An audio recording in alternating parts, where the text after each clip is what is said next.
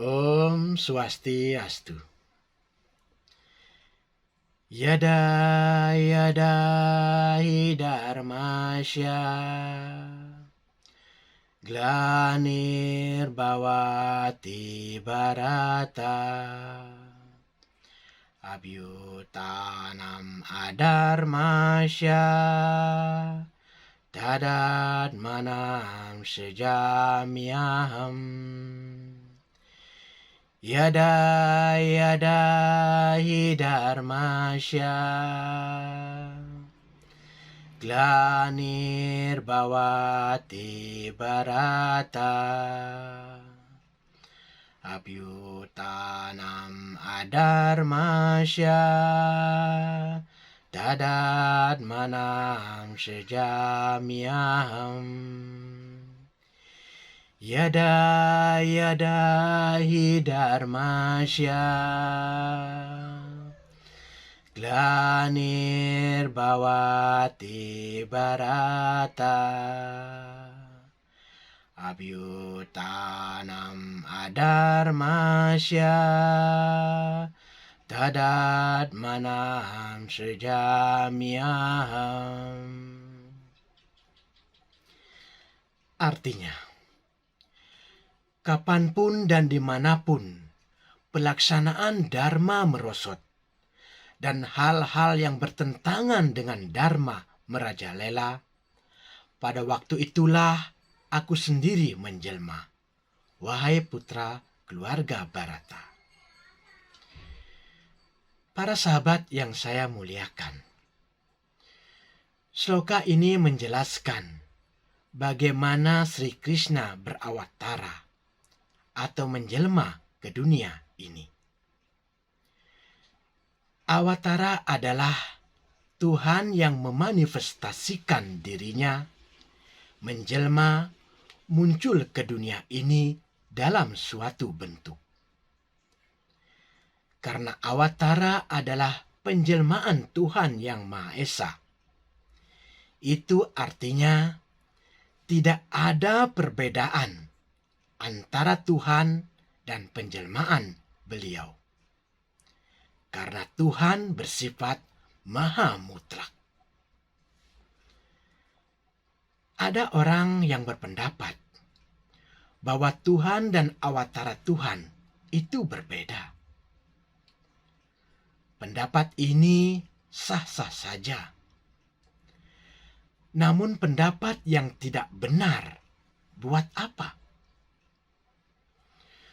Para acarya, orang-orang suci, para sadhu berpendapat bahwa apabila Tuhan menjelmakan dirinya ke dunia ini, maka bentuk beliau sepenuhnya rohani.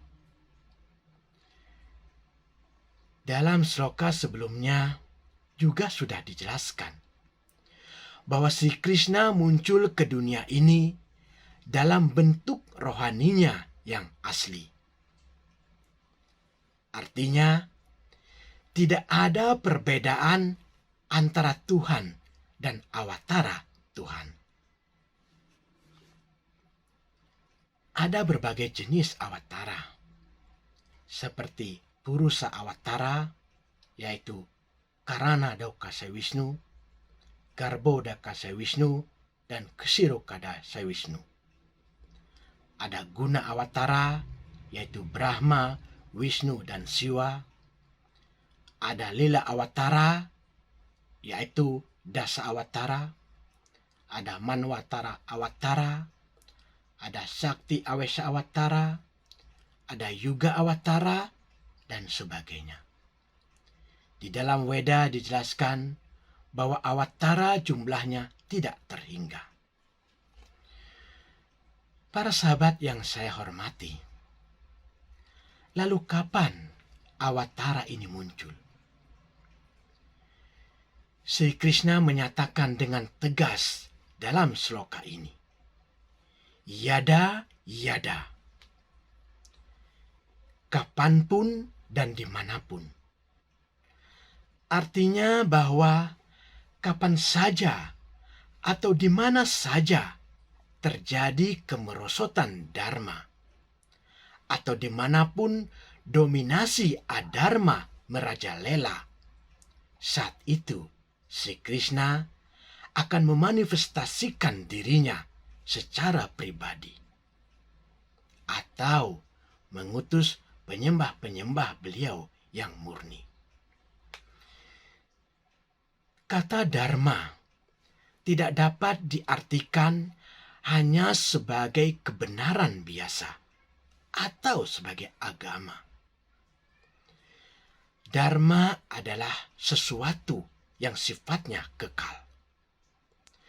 Karena dharma merupakan prinsip dasar bagi setiap makhluk hidup, atau kedudukan dasar bagi sang Atman, sang roh. Seperti halnya dharmanya garam adalah asin, dharmanya gula adalah manis, dharmanya cabai adalah pedas, dan dharmanya sang Atman atau sang roh adalah hamba dari Tuhan yang Maha Esa. Jiwera Swarupa Haya, Krishnera Nityadas. Bahwa kedudukan dasar bagi sang jiwa makhluk hidup adalah menjadi hamba Sri Krishna, hamba Tuhan. Inilah dharmanya yang kekal bagi sang Atman atau sang roh. Begitu dominasi makhluk hidup, lebih banyak yang tidak percaya kepada Tuhan, bahkan melarang pengabdian kepada Tuhan. Maka saat itu Sri Krishna akan menjelmakan dirinya, muncul ke dunia ini. Tadat manam sejamiyaham. Lalu apa tujuan Sri Krishna menjelma? Paritranaya sadunam vinasaya caduskritam dharma samstapanartaya sambhawami yuge yuge. Paritranaya sadunam vinasaya caduskritam dharma samstapanartaya sambhawami yuge yuge. Paritranaya sadunam vinasaya caduskritam dharma samstapanartaya sambhawami yuge yuge. Artinya, untuk menyelamatkan orang saleh, membinasakan orang jahat, dan untuk menegakkan kembali prinsip-prinsip dharma, aku sendiri muncul pada setiap zaman. Para sahabat yang budiman, sloka ini menjelaskan 3 tujuan dari Sri Krishna muncul ke dunia ini. Yang pertama, untuk menyelamatkan orang saleh, paritranaya sadunam. Kedua, untuk membinasakan orang jahat, winasayaca duskritam. Dan yang ketiga, untuk menegakkan kembali prinsip-prinsip dharma, dharma samsta panartaya. Dari ketiga tujuan ini, sebenarnya Tuhan tidak perlu repot-repot harus turun ke dunia ini. karena Beliau Maha Kuasa. Untuk itu, mari kita telaah lebih mendalam mengapa Sri Krishna muncul ke dunia ini. Yang pertama, untuk menyelamatkan orang-orang saleh. Sebenarnya para sadhu, orang-orang saleh, para pemuja Sri Krishna, pemuja Tuhan, telah menyimpan dan menempatkan Tuhan di dalam hatinya. Karena itu, Tuhan bisa saja melindungi mereka dari dalam dan tidak perlu muncul atau berawat tara.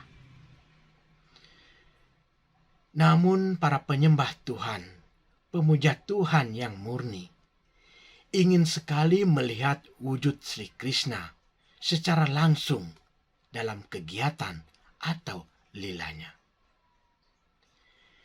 Ketika Sri Krishna turun ke dunia ini, jiwa-jiwa yang memenuhi syarat, para penyembah murni, pemuja Tuhan, mendapat kesempatan untuk berpartisipasi dalam lila ilahinya. Seperti para gopi dan gopa di Wrindawan. Mereka adalah roh-roh yang telah terbebaskan, yang turun dari alam rohani untuk mewujudkan lila Tuhan di dunia ini. Di samping itu, ada juga jiwa-jiwa yang beruntung untuk menyempurnakan pengabdiannya dengan cara melihat wujud Tuhan atau ikut dalam lila Tuhan. Karena itu, tujuan utama Sri Krishna ke dunia ini adalah untuk memuaskan hati para penyembahnya, para pemujanya yang murni. Untuk membinasakan orang jahat. Sebenarnya Tuhan tidak perlu turun hanya untuk membinasakan orang jahat. Karena Tuhan Maha Kuasa. Dengan kemahakuasaan Beliau, Tuhan dapat membinasakan siapapun dalam sekejap. Atau Tuhan bisa saja mengutus pesuruh-pesuruhnya untuk membinasakan orang jahat. Namun Tuhan tetap turun untuk berlila. Orang-orang jahat seperti Rahwana, Kumbakarna, Hiranyakasipu, Kansa, Sisupala adalah pribadi-pribadi ilahi yang telah terbebaskan. Namun untuk membantu lila Tuhan, beliau ini turun ke dunia ini sebagai penjahat, menentang dan berkelahi dengan Tuhan. Mereka adalah pribadi-pribadi ilahi yang tidak mungkin bisa dibunuh oleh orang lain, kecuali oleh Tuhan sendiri. Karena itu, untuk membantu lila Sri Krishna di dunia ini, beliau lahir menjadi penjahat, berkelahi, dan akhirnya dibunuh oleh Sri Krishna. Setelah mereka terbunuh, mereka kembali lagi ke dunia rohani, dari mana mereka berasal. Dengan membunuh penjahat ini, maksud Tuhan akhirnya terpenuhi, yaitu melindungi orang saleh dan membinasakan orang jahat sekaligus. Menegakkan kembali prinsip-prinsip Dharma. Prinsip-prinsip Dharma digariskan dalam Weda. Dan penyelewengan apapun dalam hal pelaksanaan aturan Weda dengan sebenarnya menyebabkan seseorang melanggar dharma. Tuhan bisa saja mengutus orang-orang suci untuk menegakkan prinsip-prinsip dharma ini. Namun Tuhan tetap berkenan muncul. Karena prinsip-prinsip dharma seperti itu adalah hukum-hukum Tuhan. Hanya Tuhan yang dapat menciptakan suatu sistem dharma. Hanya Tuhan yang menciptakan hukum-hukum dharma. Dharmam tu saksat bhagavat pranitam. Bahwa prinsip-prinsip dharma atau agama yang sejati ditetapkan oleh Tuhan yang Maha Esa. Dharma paling utama yang dapat dilakukan oleh Sang Roh, Sang Atman adalah pengabdian pada Tuhan atau bakti pada Tuhan. Apabila prinsip-prinsip ini dilanggar dan diganggu oleh orang-orang jahat, maka Sri Krishna akan muncul untuk menegakkannya kembali. Semoga semua makhluk berbahagia. Om Santi, Santi, Santi, Om Rahayu.